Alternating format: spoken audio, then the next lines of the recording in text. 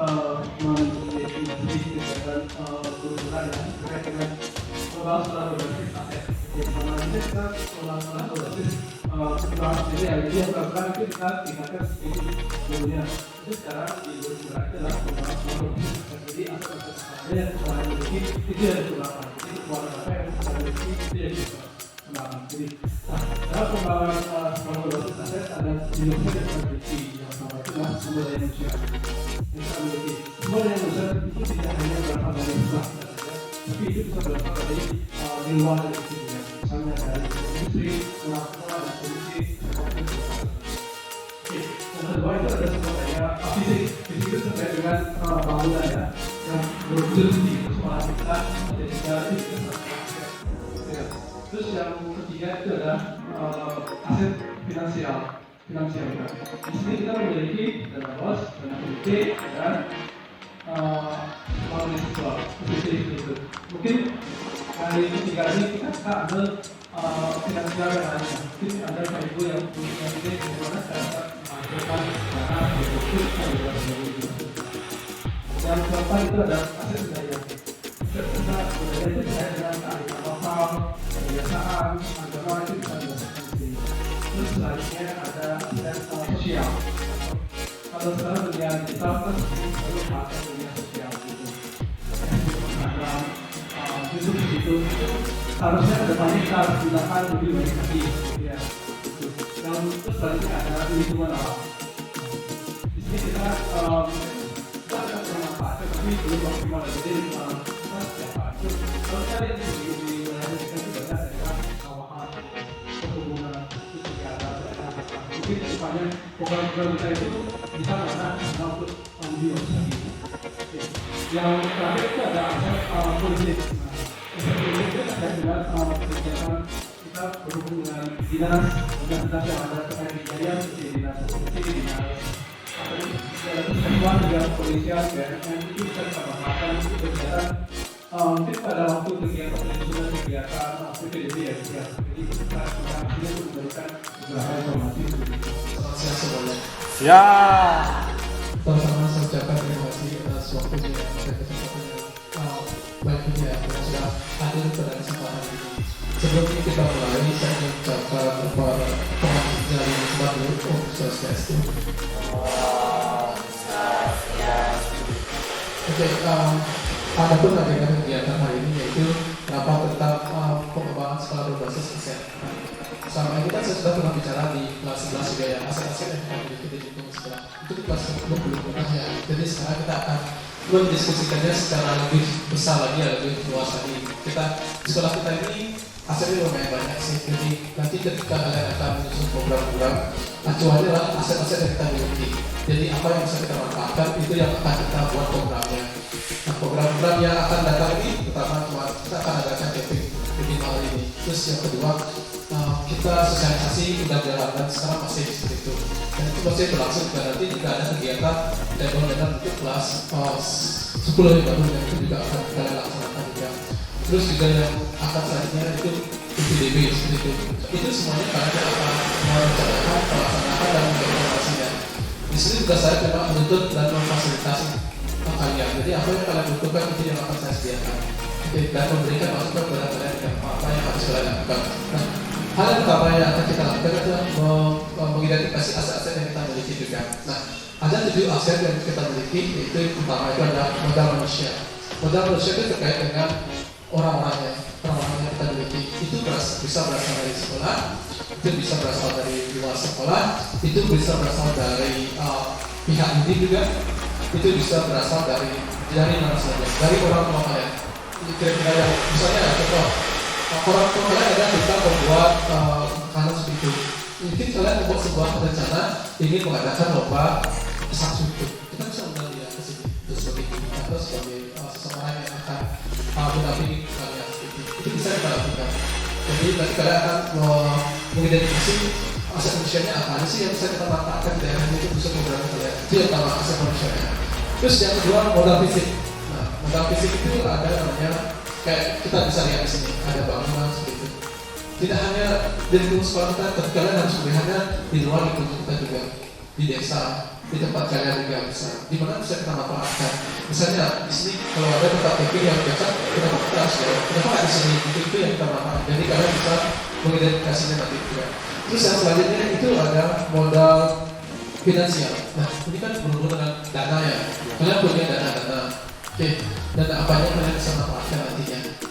Oke, tidak hanya berpatokan pada dana yang berasal dari sekolah dana pos ya, itu dana pos.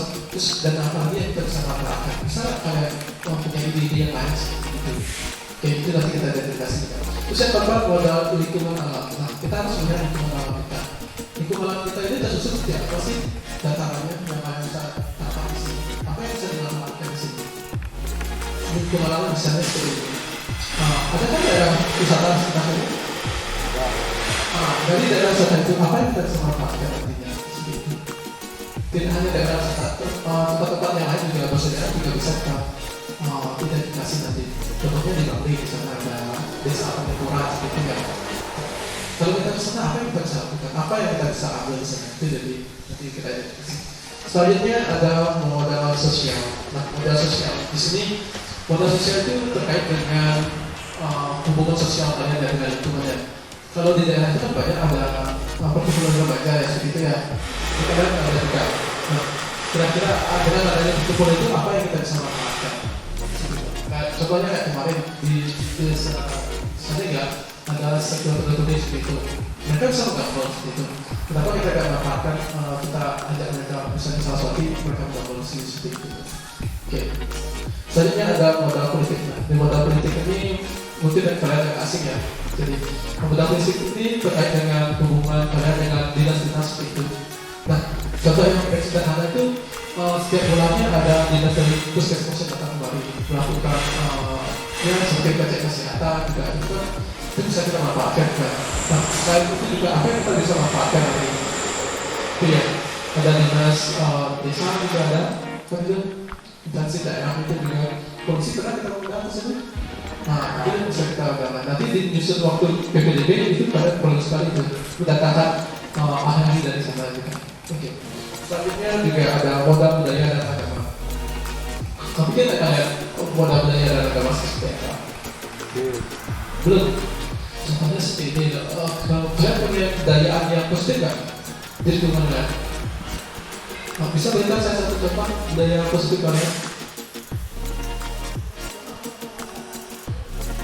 Bangun rumah, pakai ada titik-titik. Nah, sekarang apa yang bisa kita pelajari di sana? Apa yang kita bisa bawa itu dari sini? Itu yang pengen saya tahu sebenarnya. Oke, budaya itu bisa kebiasaan yang sehari-hari kita lakukan, tapi dengan positif. Contohnya adalah budaya kita menggunakan sayur seperti itu. Kita menerapkannya setelah kebiasaan itu. Nah, nanti kalau kalian di kegiatan itu kalian harus melihat budaya lalu juga, agamanya juga. Biar kalau misalnya gini, ketika pendapat film kita punya budaya aturan seperti itu ya. Di sekolah kita adaptasi dia sekarang seperti itu budayanya. Ada budaya apa lagi? Modal dunia, misalnya contoh itu. Kemarin kita lakukan dan dunia juga. Apa yang kalian dapat dari dan dunia? Kalian belajar tulis ikhlas itu. Ya, jadi nggak ada paksaan seperti itu. Nah, budaya seperti ini yang kalian perlu identifikasi yang mana kita bisa manfaatkan. Terus yang itu dari tadi ada 7 yang jadi modal manusia, fisik, finansial, modal lingkungan, modal sosial, politik, budaya. Itu yang akan kita identifikasi sekarang. Nah, tugas kalian adalah mengidentifikasinya. Oke, kita mulai dari pembicaraan tentang modal manusia. Oke, silakan dari kalian yang ingin menyampaikan pendapatnya, kita silakan. Saya sarankan pada kalian. Silakan.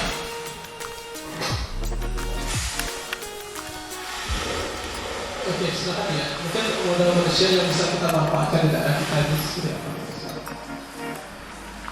Silakan kalau mikirnya untuk bicara ya. Kalian boleh menyampaikan pendapat kalian di sini bebas ya, seperti ya.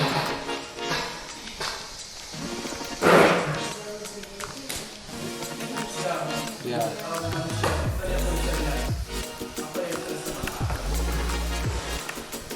Terima kasih atas kesempatan yang diberikan.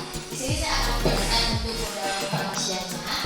Yang bisa saya lihat contohnya dari camping yang dilaksanakan di tanggal 27. Awas kan punya kenalan untuk campingnya. kira hal itu bisa dimanfaatkan ke dalam sumber daya. Selain itu juga mungkin kita punya budaya, sumber budaya yang lain yang tidak hanya berasal dari sekolah ya. Kalau sekolah kan kalian udah tahu sendiri ya, guru-guru itu terus juga. Nah, yang kira-kira jadi itu kita yang kita bisa manfaatkan tidak hanya untuk camping budaya. Jadi untuk program kalian ke depannya, apa aja yang kalian bisa manfaatkan budaya Malaysia? Siapa aja yang akan kalian minta tolong seperti itu? Kira-kira ada yang bisa? Jadi untuk mengenai sosialisasinya, kita kan sudah melaksanakan untuk sosialisasi secara offline. Nah, jadi untuk secara offline-nya kita kurang meningkatkan sosialisasinya. Sama seperti halnya kayak sekolah-sekolah lain itu sampai mengiklankan di Instagram agar sekolahnya banyak siswa yang masuk. Sehingga kenapa kita nggak coba seperti itu dari iklan di Instagram atau Facebook dan media sosial. Kita belum punya TikTok ya, kita punya TikTok adalah Facebook, Instagram, YouTube juga udah banyak. TikTok belum populer sekarang ya. Jadi banyak orang nonton TikTok. Mungkin kegiatan juga ada kan jedanya ya, nanti kan udah kenceng ya kegiatan jedanya kan masuk program kegiatan jeda. Itu kalian akan membahas sendiri. Jadi apa yang akan kalian isi sebenarnya itu sebagai kalian sebenarnya kalian tinggal mengkomunikasikan dengan kita coba memfasilitasi kalian saja. Nah, itu mungkin bisa kita gunakan sebagai media sosialisasi ke depannya yang lebih bagus lagi sih media sosial. Dan ada lagi yang mau menyampaikan pendapatnya silakan. Asal-asal paling penting dan ini juga. Kalau kita lihat di sini ya, asal alam kita tuh luasannya ada pertanian seperti ya, ada daerah sekitar. Itu gimana cara kita memanfaatkannya ya? Berarti panggilan. Pemandangan kita kan lumayan bagus nih. Sekolah-sekolah lain tapi ini pemandangan sekitar. Mereka berada di perkotaan di mana ada peternakan banyak kursi. Kita di tempat pedesaan udah sejuk terus pemandangan. Apa yang kita bisa gunakan di sini? Bagaimana kita manfaatkan kira-kira? Silakan jawab ini. Kita bisa manfaatkan itu untuk cari jalan, membuat canang ataupun kita cari intinya bisa dijual untuk menghasilkan dana ataupun ada kali-kali di pura yang dekat-dekat sini kita bisa tanamkan. Oke, itu pertemuan kita hari ini ya, kita ketemu besok lagi ya, mungkin sosialisasikan kepada teman-teman kalian juga kegiatan juga apa juga. Ya Pak. Oke, saya ucapkan terima kasih atas perhatiannya kalian dan sampai akhir di jalan ya. Saya berdoa Prabowo Santi.